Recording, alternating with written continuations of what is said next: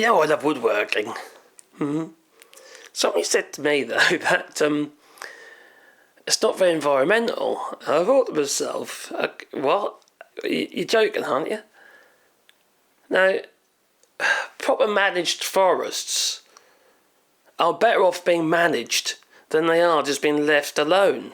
Now, some of the habitats are destroyed during managing forests, that I do admit. But regarding the CO2, how the trees carbon capture, mate, when you cut a tree and you plant more in its place, it gives the opportunity for those new trees to absorb more carbon dioxide over the period of their life, and then it's stored in the tree.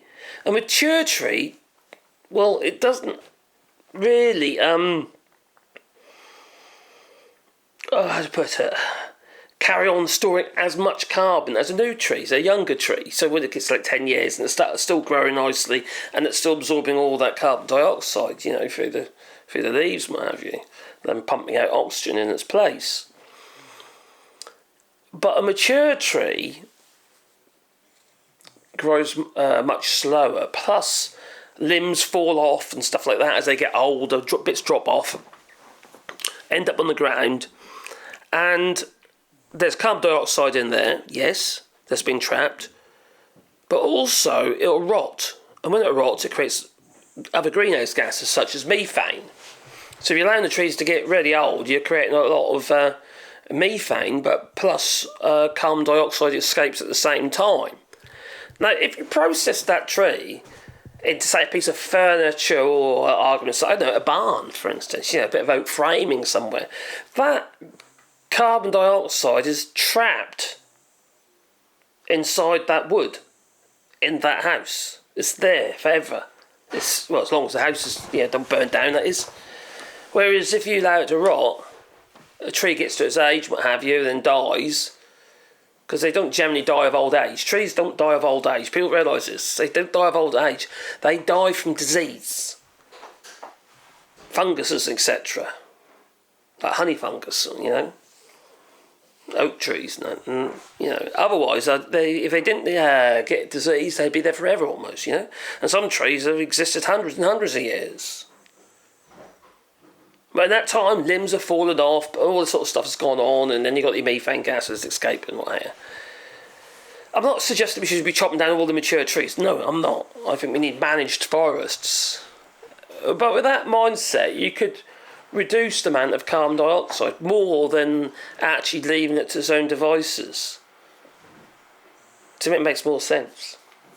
And this idea that's being touted at the moment, where they're burying trees so they don't rot necessarily, they're in the ground, they don't rot, and basically the gases and everything, are actually in the ground. They're trapped in the ground, so they're not ending up in the atmosphere. The theory of that makes sense, but it's such a wasted material. Sticking mature oak trees, what have you, that's been cut down, and then burying them in the ground. That seems like madness to me. As somebody who makes stuff out of wood, because if you don't end up using that tree, you're going to be using something else. Because we still need things, we still need a home, we need a roof over our heads, and wood is one of them resources which is sustainable. It's very strong, it's versatile as a building material. We make so many things out of it. It's only because the more modern materials require lots of glues and other stuff, such as glulam beams and plywoods, and chipboards, particle boards, whatever. They all have other stuff in there, like formaldehydes, and they're not particularly healthy. They're toxic gases, carcinogens. But wood itself, being used in construction, just makes so much sense to me. Provided you're planting trees, and I'm planting trees here, I'm doing this rewilding at the moment, we're planting loads of trees. And we have to keep planting trees, and if you get trees either from like the FSA or the PFEG,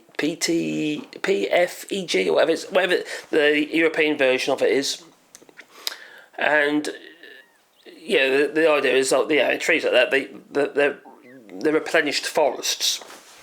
Not just cutting down the rainforest, for instance, because you want teak or mahogany and those kind of rainforest woods, or balsa even. We need to be a little bit more careful. Planting trees like oaks, chestnuts, and they coppice. You can coppice them over a period of time. Not oaks, a bit harder, but chestnuts coppice very well. So you can keep storing those carbon dioxide into the tree, and providing it's not just been burnt, well, then it makes sense. It makes sense. Now, there's a lot of controversy, you see, because we've got to keep warm as well, haven't we? It's not just about building a house. How do we keep our houses warm? Do we use fossil fuels? Do we use solar heat? And do we have eco houses? But there's already a huge amount of houses out there already built. How do we adapt those? But you need ways of being able to heat the homes ecologically. But when you process a tree, for instance, there will be a certain amount of waste. And you could process that into other products such as pellets. There's a lot of controversy about those.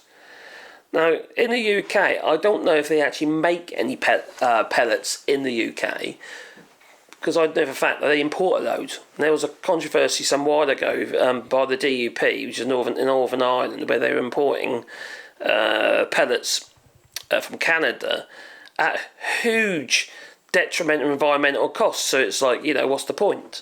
Oh, my dear wife, she's brought me a drink while I'm rambling on. Oh, trust me, I'm awesome. How about that? What do you reckon? Thank you, Don. Yeah, so they have to be made locally and from processed materials locally. Now, we've got a pellet burner here in France in the home, and it's brilliant. Use hardly any material, so the volume of the material I'm using is tiny.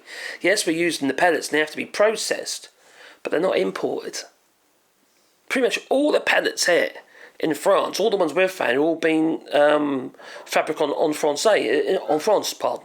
So they're all made in France, all been milled in France. Now, sometimes you get them from Germany and places like that, but it's all within the European Union, not travelling too far.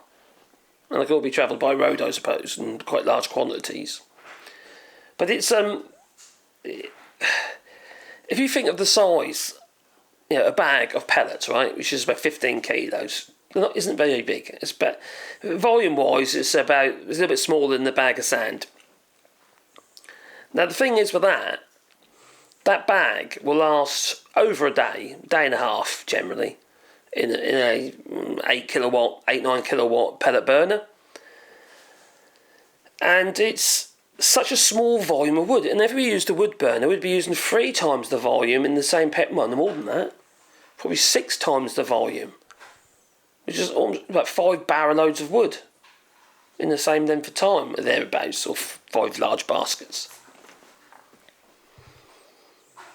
So there's a lot less volume, a lot less tree. And plus it's the waste product. It can be made from the bark, it can be made from all sorts of stuff, So pellet burners make a lot of sense for us. I know I'm rambling on here, but, environmentally and ecologically, I think we have to have a bit of sense and actually just think it through a bit better. Because there's a lot of controversy regarding wood burners and all that sort of stuff, but we can manage it, I think sometimes it's just about how it looks and about the optics of it, political optics around wood burners at the moment. And in the UK, for instance, they're banning more and more wood burners in towns and stuff. That's not the problem. I don't think that's the problem. It really isn't. It's how we process that wood and it's how we replace those trees. That's where the problem is, where the woods come from as well. That's another problem for the United Kingdom, because they import a lot of wood for wood burners from France, for instance. So it's travelling huge distances. Well, that's obviously wrong. You need local supply. It's like everything you do, you need local supply, as far as I'm concerned. It's getting a bit political, actually. That wasn't my point. My point was with this video is that I think we need to think about the wood that we're using and try and reuse whatever we can. And such as I do a lot of see those doors there, made from pallets, right? And I've got to put a clear lag on them there, but they come up really well, work perfectly. Just trying to utilise what you've already got, so everything has a purpose. instead of just chucking things and burning things, you know. That's my point. Because we're in our own workshop, we're trying to do the old eco thing anyway, with the loads of solar panels and, green power. Plus all the hot water's all solar as well, and our water comes from the well. So we're trying to do the old eco thing.